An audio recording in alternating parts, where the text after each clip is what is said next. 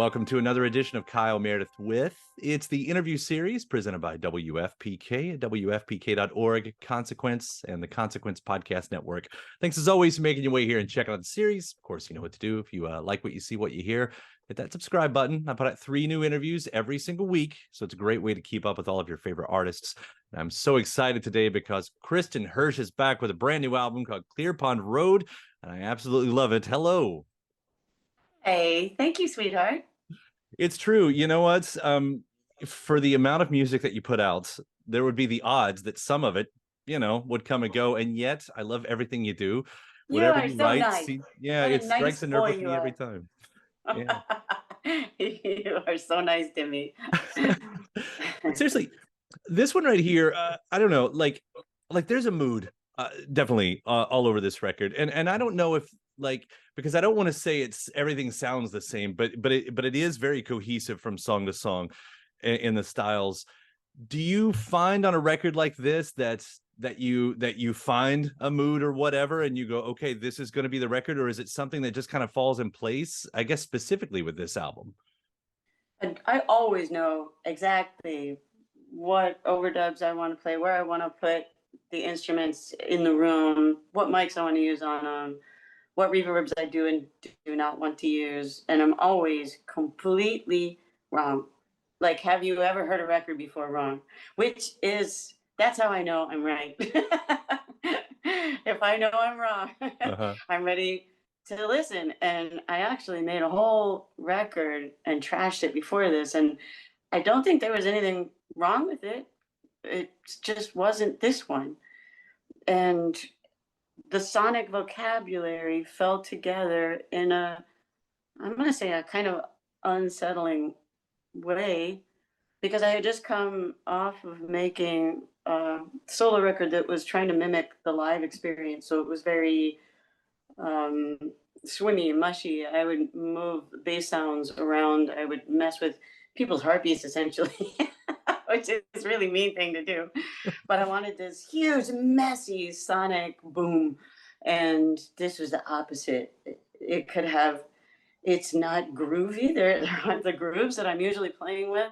Nothing can be behind what would be a kick beat if it was there. Mm-hmm. It has to all be on top. So it's almost like Spanish guitar or Celtic music, just bang, bang, bang, bang, and glittery. And that was the last thing in the world I expected to be doing, which again, as long as I'm wrong, I'm right. That's right. First off, it's always so surprising to me, and of course, I'm not the one doing it. But when I hear about any artist who says I scrapped an album, it's like for the time you must put on that, and to be able to walk away from it, like that takes something, guts. Thank you, or stupidity. I shouldn't have made it in the first place. It was fine. It just wasn't this. And the title Clear Pond Road comes from a street sign my little boy and I found in a junk shop that spoke to us. We were the last 2 people in a family of 6, and it just seemed like what we should be aiming for. Not to get all groovy hippie mom on you, but we both thought, no, that's it. That's where we're going. And we had felt the ripples on the pond sort of shaking us at a spine level. And we thought if we bought that and we put it up everywhere we went, which we did, we would eventually, attain enlightenment. And I'm pretty sure that's how it works, right? Maybe. Yeah. Right. But it did work this time. It was cool. We settled down and we focused, and life is still bumpy, but a lot of the stories we lived are on this record, and I don't think I could have released it until we got to that higher place. That's where the glitter comes from. That's where the true shine comes from, and not the erratic heartbeat. Well, that's even finding that sign and for whatever that might represent, but the sense of place then that we also hear throughout the record. Beyond that, I mean, you have Clear Pond Road as a road sign, but you also have Constant Street as a place that you once lived, right? Correct? Like, why does that area or that spot still hold enough of a spark to inspire a tale? Because I assume you've lived many places, but there's something about this place that, you know, builds a song. It is a very placed record, and I would say New Orleans and then Southern California. That's where we were splitting our time. He's a pro surfer, but he was also a little boy. And Constant Street in New Orleans was a place where we were sort of brokenhearted together, and we would just ride our bikes. And once we were riding our bikes home, and New Orleans is kind of a rough place. It's often the murder capital of the country, and yet it's got um, this deep river of forgiveness. This like redemption through sin is their mythology, and they apply it. You are everybody's niece, and it's not straighten up and fly right. It's like whatever gets you through the night. And I thought, well, this little boy, I want him to be clean and pure, and yet, here we are. And he stopped his bike and he said, "Mom, all scars are beautiful because you lived." I was like, who is speaking through you right now? Could you please be a little kid again? It starts there, that moment when his little, spike tire squeaked on the cobblestones, and it ends in Southern California, where he still is, where he grew up. And this is not, this is like the span of maybe 5 years. And it's sort of, there's a little time spent in the Junkie Days Inn, which is on, toward the end of the record. But when all is said and done and the dust settles, I think we had clear ponds. Yeah. Oh, I love hearing that. But I love hearing about the journey too. And of course, the things I take from it, the things that aren't even on the record. Like I think about these places, which of course makes me think about my own places, my own constant streets out there. And there's that thought, and I don't know where I'm going with this one, by the way, since we're getting a little heady. But there's that thought of that we become the ghosts of these places, even if we're still alive. Like, it's like whoever moves into our houses afterwards in places like that. And Yeah. And I really like that about this album, that it sort of gives me that feeling, I trust you on that. The one thing I can't be is a listener. And that's a real sadness for me, because I produce these things too. And I would love to know their impact so that I don't ever get in the way. And I assume the point is, not really for all of us, the idiosyncratic universal, not snowflake, but fingerprint. Mm-hmm. So if you leave your fingerprints on all of your constant streets and all your records and everything that you do, you're going to come away having offered something. Mm-hmm. Even if it's a big mess, your fingerprint was made that way probably for a reason. See how enlightened I am now? You got to get a sign and put it up in your kitchen. I do. I need to find my own. I got to find my own sign. It's got to say its own thing, right? and so, all right. So beyond the place, and this all still falls in it. I was remembering something. I think it was maybe in the press release or something, but you were talking like you don't even need to write in metaphors, because most of the time it happens right there. But on a song like Dandelion, and there's the line which I absolutely love, the way you sing it, "After midnight, but we don't have to go far, but we don't have far to go." First off, is that literal, or does midnight itself represent something in here? Oh, you are so great. It's both. That's why I say you don't need metaphors. It's always when you're in the van and it's truly midnight and you think midnight's real. How many midnights have we all had? And that's where it matters. And it's going to end soon. And you realize, that's just the micro. The macro is midnight. I don't have far to go. And that's why songs are so much smarter than we are. Yeah. Well, and it's just, I mean, a time like that, there's certain times that you can use this lyrics that's obviously going to put us in a frame of mind. Especially when I pair it up with other moments like Bewitched, like you referenced Bewitched reruns. And although Bewitched itself is kind of a kooky, great classic show, there is that, and the midnights together, like that's where it all comes. That's where little bit of that Yeah, glitter that you're talking about, I think. exactly. And we live it and we don't mark it. But a song will take these things that glow and surprise you with its combination. I would never write a song about something I already knew, if that makes any sense. I need to learn what the song has to say. I mean, anything that I told you, you would already know. I'm not smarter than you. But a song could be smarter than both of us as its overlay is applied through time.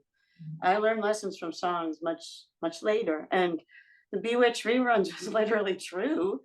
And yet the memories that were so glowing were my Bewitched reruns that I was living through.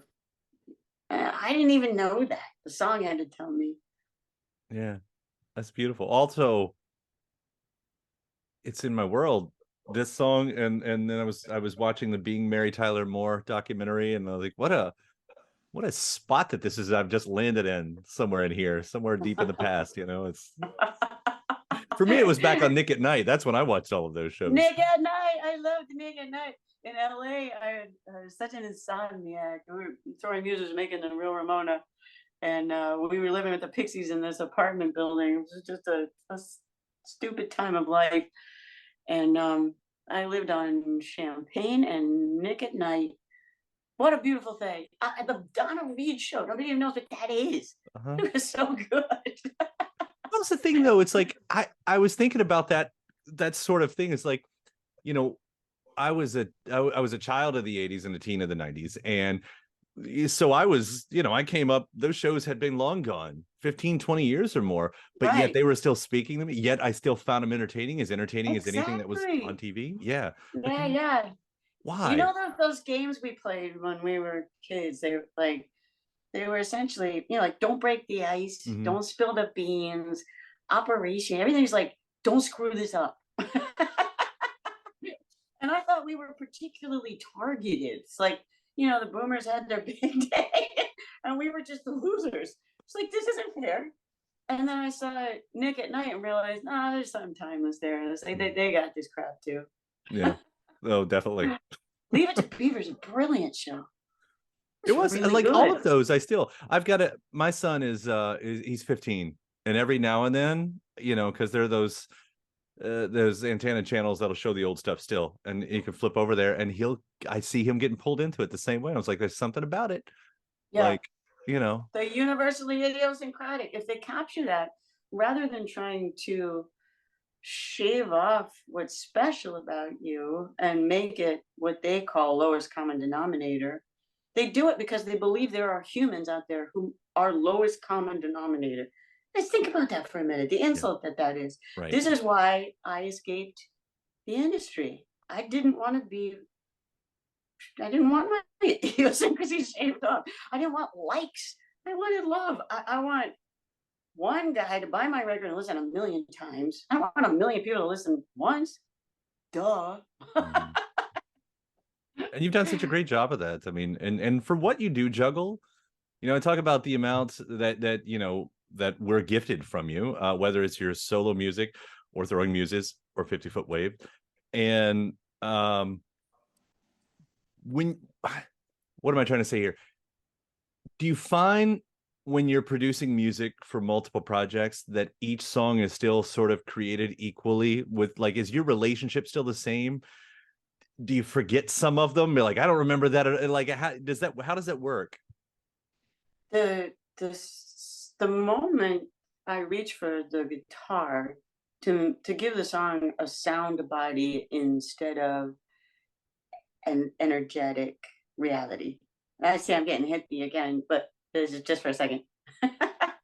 That's when I decide which entity the song is for.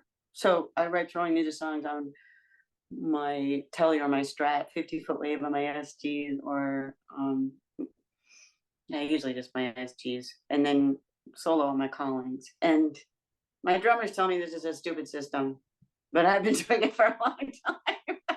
And I stand by it because everything you do from that point on is to recreate the moment of inspiration, which is just something else breathing, right? So you breathe with it and you bring it into this material playing and you say, oh, I'm going to reduce it to this function. It's this silly little thing now. I'm going to call it a song. And you guys are going to make it better again. And then we make it better for y'all. And we got to go bring that all over the world and try to make it better again. But every single time is a kind of like, don't break the ice. Don't spill the Don't tea. wake daddy. It must breathe. You know, the guy can't die on the table in operation. I love that we keep, yeah, that's, and you're taking it out on the road, and have you checked off all your boxes? Like when you think about a tour now, because, and then bringing this back around to how we're talking about sort of sense of place and how that works this way. Like, you know, you get to tour, you get to see these places. Have you seen the places that you want to see?